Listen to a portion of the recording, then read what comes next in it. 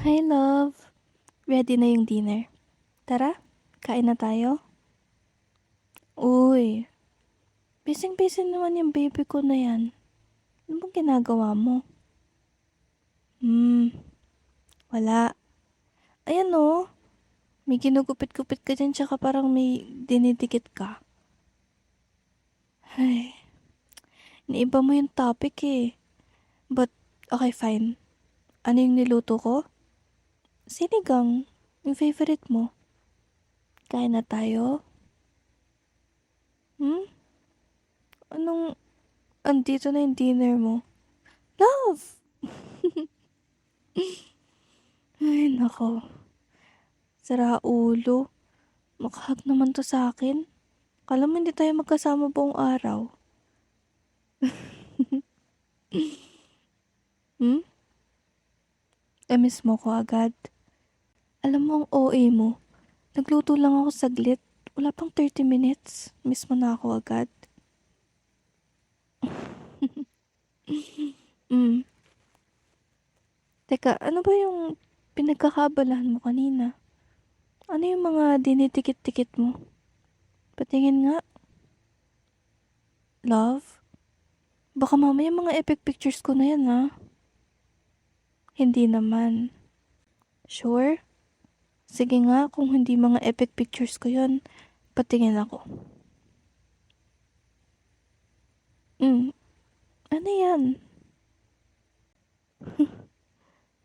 Vision board? Wow, ang dami niya na. Tapos may picture pa ng winter. Hmm, tama ka. I want to experience White Christmas.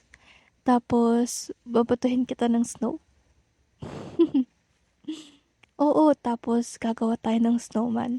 Lalagyan natin siya ng Santa hat, tsaka ng, ano tawag dun? Ayun, yung scarf. Wow! Nilagay mo pa yung picture ko sa katawan ng doktor. Ang cute, love. And I can't wait to be a doctor. Kaya nga, kinagalingan ko sa med school para matupad to. Hmm, and that's you. Your dream job. Alam mo, sobrang bagay sa'yo yan, love. Na, ang corny ng mga hirit mo, mas bagay tayo. Ay, hmm, this one. May cats, tsaka may dogs. I love them. Tama yan, love. Let's adopt some kapag kaya na natin mag-alaga ng animals. Tsaka, pag nakalipat na siguro tayo sa sarili nating bahay para malawak yung laruan ng mga dogs and cats natin. Sana maging magkasundo sila, no? Hmm, tignan ko to. Hmm? That's our engagement party. Oh, bakit nakasarado pa yung lagayan ng ring? Hmm, para surprise yung design ng ring. Okay. Hmm, tama naman kasi pag nag-propose ka na sa akin, di na surprise yung itsura ng ring, no? Di na ako magugulat. Hmm, after engagement, ano naman? Hmm? That's our wedding? Hmm, in fairness, ang aesthetic naman nung napili mong vision dyan. Ang ganda rin ng wedding gown na napili mo para sa akin. Style ko talaga yan ng mga damit, no? Alam mo talaga kung ano yung bagay sa akin. Ganda. Ang sarap naman mag-imagine. I can see myself walking in that gown. All in white, pati yung belo, yung heels, tsaka yung bouquet of flowers ko.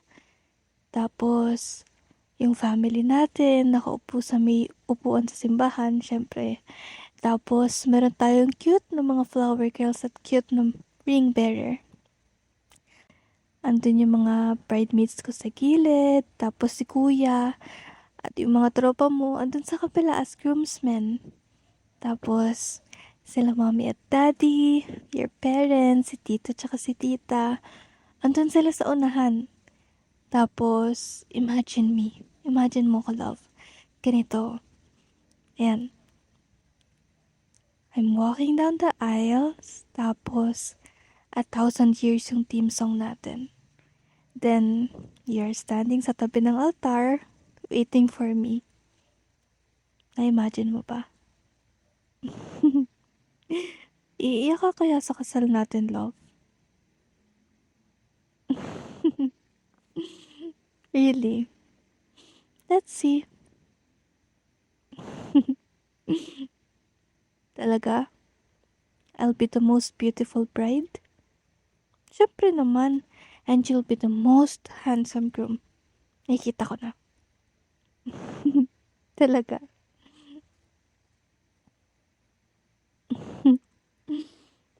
Oo naman. Sarap-sarap mag-imagine para sa future natin. Oh, wait. Ito ba yung dream house natin tsaka yung dream car natin? Ang ganda. Tama. This will be my kitchen. Galing mo, love, ha? Kompleto yung mga kitchen appliances. Kilalang kilala mo talaga ako. Wait lang. Parang kulang eh. Dapat dito, may maliit kang gym area tapos basketball court. Para hindi ka lang sa online games makapag-practice. Makakapag-shoot ka dyan ng kahit ilang bola pa yung gusto mo. Sige. Mag-print ka na lang ng picture mamaya, idagdag natin. Tapos, ano pa ba? Master's bedroom. Di pa tapos. Anong gusto ko i-add sa bedroom natin? Gusto ko may bathtub. Tapos, walk-in closet for the both of us para hindi tayo mahirapan sa mga damit natin tsaka sapatos. Tapos, gusto ko ng malaking TV, home theater para maka-Netflix and chill tayo. Yes, tapos may rooftop para may sampayan ako ng damit. Tapos, maganda yung living room. Love, etong kabilang room, wala pang decorations. Ano bang plano mo dyan? Guest room?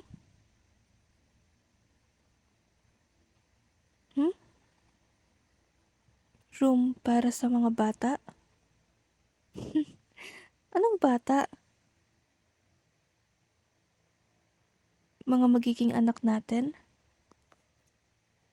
Love, di naman kailangan yun eh. Gawin na lang natin tong guest room. Okay? Parang maganda mga neutral colors lang para kahit sinong guest, mafe-feel at home sila. 'Di ba? Tapos lagyan din natin ng aircon, mini ref, tsaka love. Bakit natahimik ka? Uy, kumibo ka naman. Bakit? Ba't bigla ka nawala sa mood? Ganda-ganda ng usapan natin eh. Bakit?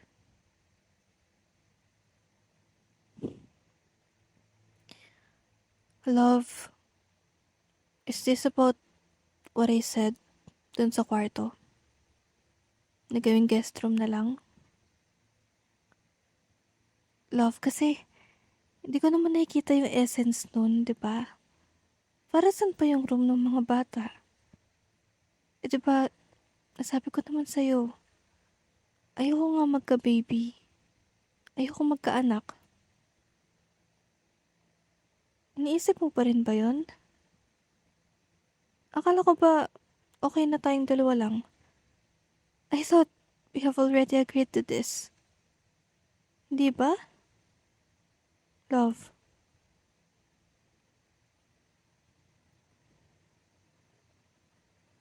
So all this time, akala ko okay na.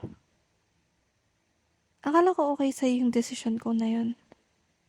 Akala ko okay sa'yo yung decision ko na yun. Umuo ka sa desisyon ko, 'di ba? Sabi mo akong bahala kung anong gusto ko kasi hindi naman ikaw yung mabubuntis, eh. Hindi naman ikaw yung manganganak, 'di ba? Yun yung sabi mo sa'kin.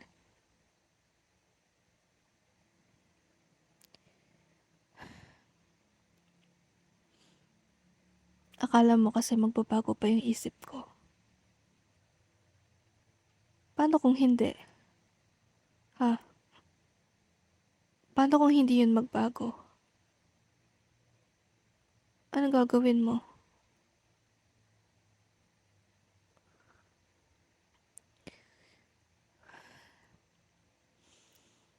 Okay?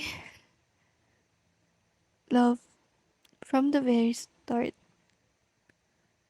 sinabi ko na sa'yo 'to, 'di ba? Umpisa pa lang ng relationship natin. All these years akala ko okay lang. Kasi hindi mo na ulit pinot up sa'kin.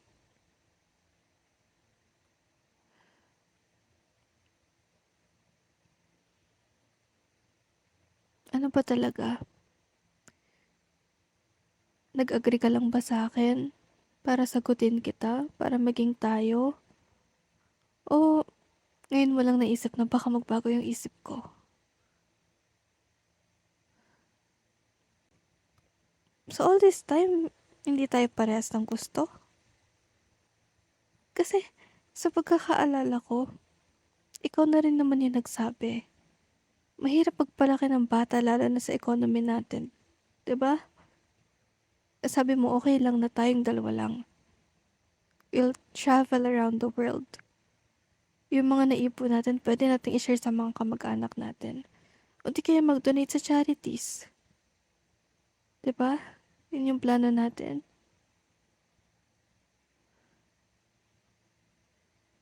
Sabi mo, okay na tayong dalawa lang. Sabi mo, kumpleto ka na. Kahit ako lang. Kahit walang mga bata. So, yun yung nasa vision board mo. Kasama pala sila.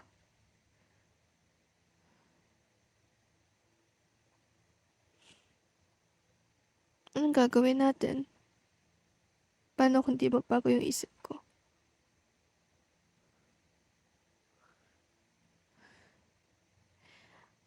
Alam mo kung ano yung pinanggagalingan ko, 'di ba? Alam mo kung bakit ayoko. Akala ko naiintindihan mo yun.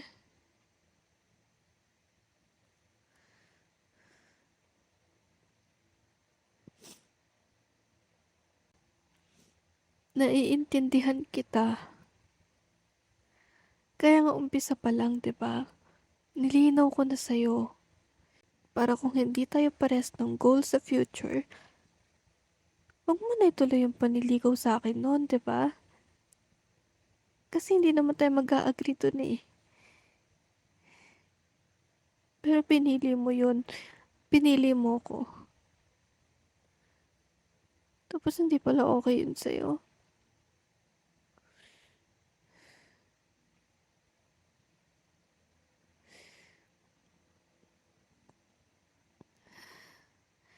Hindi natin to pag-aawayan. Hindi tayo nag-aaway. Okay? Kung yung iniisip mo, hindi. We're just discussing our future.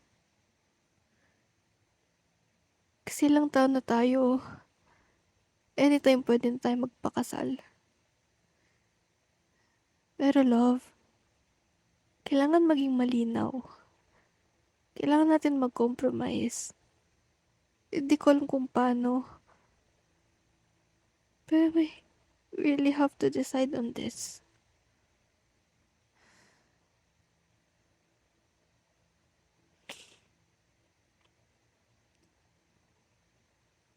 No.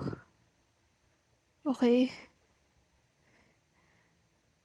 Wala yan sa isip ko.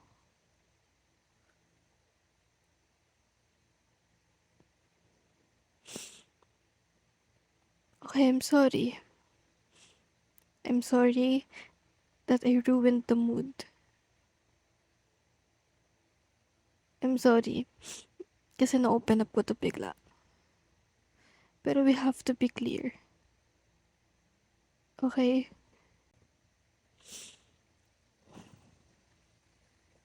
Di ko na alam kung ano yung sasabihin ko. Masyado tayong masaya. Para masira lang tong kaping to.